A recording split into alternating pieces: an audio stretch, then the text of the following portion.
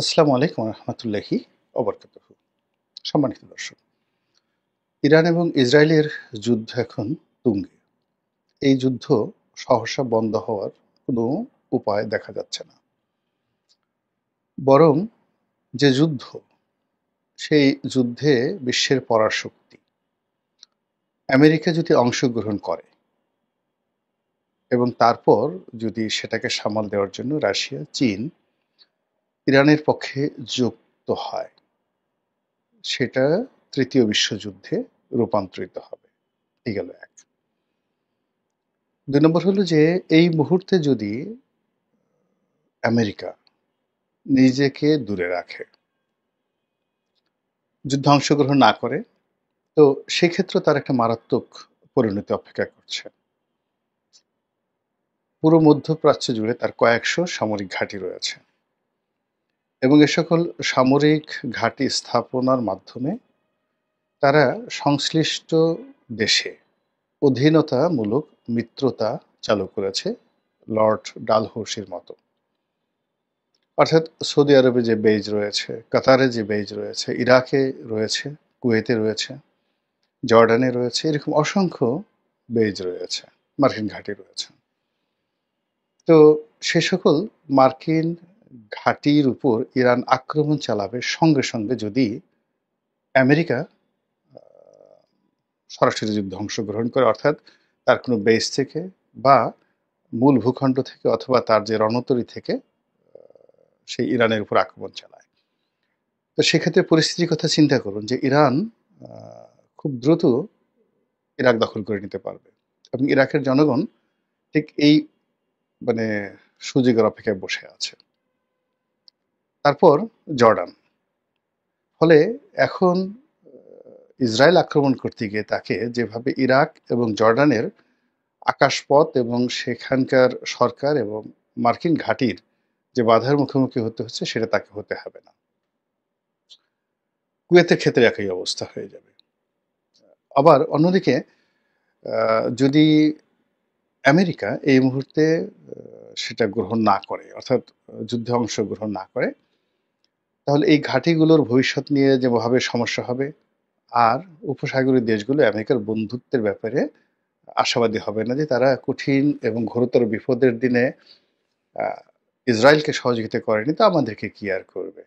এখন রূঢ় বাস্তবতা হলো যে ইসরায়েলের যে মজুদ, অভ্যন্তরীণ অস্ত্রের মজুদ, সেই অস্ত্রের মজুদ হাইয়েস্ট এভাবে যুদ্ধ চললে ৮ থেকে ১০ দিনের মধ্যে তা শেষ হয়ে যাবে। আর ঠিক সেই সময় অস্ত্র, গোলা বারুদ সরবরাহ করার সাথে সাথে এখানে তাদের পক্ষ হয়ে যদি প্রক্সি যুদ্ধ পশ্চিমা দেশগুলো না করে, ইরানের মোকাবেলা করাটা কঠিন হয়ে যাবে। তো এইরকম যে একটা পরিবেশ এবং পরিস্থিতি, সেই পরিস্থিতিতে ইরান ধীরে ধীরে এই যুদ্ধটিকে দীর্ঘায়িত করতে চাচ্ছে, রাশিয়াও দীর্ঘায়িত করতে চাচ্ছে। আবার অন্যদিকে এই যুদ্ধের ব্যাপারে আমেরিকা রাতারাতি সিদ্ধান্ত নিতে পারছে না। কিন্তু এই যুদ্ধকে কেন্দ্র করে নানা রকম যে দর কষাকষি, অঙ্ক, সেই অঙ্কের ফলে বিশ্বের অনেকগুলো দেশের রিজার্ভ শূন্য হয়ে যাচ্ছে। অনেকগুলো দেশ একেবারে অর্থবৃত্তে ধনী হয়ে যাচ্ছে, বিশেষ করে রাশিয়া এবং চীন। আমেরিকা এবং পশ্চিমা দেশগুলো, তার সঙ্গে সঙ্গে আমাদের মতো দেশগুলো তেলের মূল্য বৃদ্ধি থেকে শুরু করে আরো অনেক কিছুর ফলে এখানে সর্বনাশ ঘটে যাচ্ছে। আপনারা ইতিমধ্যে জানাচ্ছেন যে আমাদের বাংলাদেশ যে তেল আমদানি করে, সেই তেল আমদানি করতে গিয়ে তাকে এই যুদ্ধের কারণে বাড়তি খরচ করতে হচ্ছে, যেটা বাংলাদেশের জন্য খুবই ভয়াবহ একটি অবস্থা।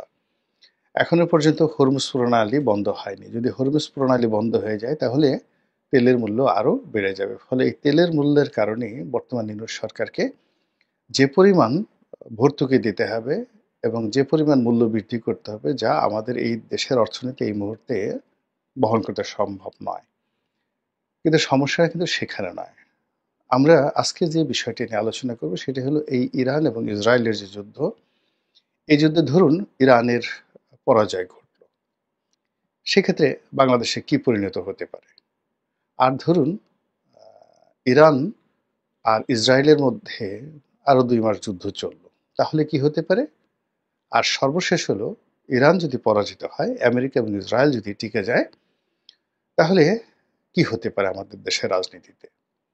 এখন যারা ক্ষমতায় আছেন, মানে ডক্টর মোহাম্মদ ইউনূসের সরকার, তাদের উপর পশ্চিমাদের একটা আশীর্বাদ রয়েছে, অর্থাৎ ইউরোপীয় ইউনিয়ন এবং আমেরিকার। যদি ইসরায়েল জিতে যায়, তাহলে ডক্টর মোহাম্মদ ইউনূসের সরকারের ক্ষমতা বেড়ে যাবে, দীর্ঘায়িত হবে, এবং তাদের সাথে একটা টুস শব্দ কেউ করতে পারবে না। সেক্ষেত্রে বিএনপির কপাল রীতিমতো পুড়বে। এই গেল প্রথম সমীকরণ। দ্বিতীয় সমীকরণ হলো যে after doctor Mohammad Yunus alternative হবে ভারত এবং আওয়ামী লীগ। আপনারা জানেন যে মোসাদের একেবারে ঘনিষ্ঠতম বন্ধু হলো ভারত। তো এক্ষেত্রে ইসরায়েলের জয় মানে ভারতের বিজয়। আর ভারতের বিজয় যখন হবে, তখন তারা সঙ্গতি কারণ এখানে আওয়ামী লীগকে রাজনীতিতে পুনর্বাসিত করতে চাইবে, শেখ হাসিনাকে এখানে ঢুকাতে চাইবে, অথবা যারা ক্ষমতায় থাকবে সেটা ডক্টর মোহাম্মদ ইউনূস কিংবা বিএনপি, তাদের সবাইকেই সীমাহীন আনুগত্য দেখাতে হবে ভারতের প্রতি। এটা হলো ইসরায়েল যদি জয়লাভ করে। অন্যদিকে যদি ইরান জয়লাভ করে যায়, ইসরায়েল নেই, তো সেক্ষেত্রে যেটি হবে, আমাদের এই অঞ্চলে ভারতের প্রভুত্ব কমে যাবে। আমেরিকা নড়াচড়া করতে পারবে না আগামী কয়েক মাসে, কয়েক মাস কেন, বছরও। এই অঞ্চলে তার নিজের দেশে ট্রাম্পের বিরুদ্ধে মানে মানুষ রাস্তায় নেমে আসবে আর এই ভুল সিদ্ধান্তের জন্য, এবং আমেরিকান ইকোনমি তছনছ হয়ে যাবে যদি ইরান বিজয়ী হয়। আর সেক্ষেত্রে ডক্টর মোহাম্মদ ইউনূস এবং বর্তমান সরকারের নাম নেওয়ার মতো মানে কিছু থাকবে না, পালানোর মতো কোনো জায়গা থাকবে না। এবং পুরো পরিস্থিতি, ইরান বিজয়ী হলে পুরো পরিস্থিতি অটোমেটিক্যালি চীন, ইরান, পাকিস্তান এবং সেই সমীকরণে বিএনপির একেবারে নখদর্পণে চলে আসবে। এখন যেভাবে এশরাক নগর ভবন দখল করে সেখানে মেয়রগিরি করতে চাচ্ছে, আর তখন সারা বাংলাদেশ বিএনপি যেভাবে বলবে ওভাবেই হবে। এখন সেই সুযোগটি বিএনপি কিভাবে কাজে লাগাবে, তার জন্যই বিএনপিকে এখন থেকে প্রস্তুতি নিতে হবে, ভীষণ রকমভাবে প্রস্তুতি নিতে হবে যে যদি সুসময় আসে, সেই সুসময়টাকে কিভাবে কাজে লাগাতে হবে। আপনারা জানেন যে পর্বতে ওঠার সময় যতটা না সমস্যা হয়, তার চেয়ে বেশি সমস্যা হয় নামার সময়। সিঁড়ি দিয়ে উপরে ওঠার সময় যতটা সমস্যা, নামার সময় কিন্তু শরীর ইমব্যালেন্স থাকে, ভীষণ রকম ইমব্যালেন্স থাকে। ওঠার সময় মানুষ পড়ে যায় না, কিন্তু নামার সময় মানুষ পড়ে যায়।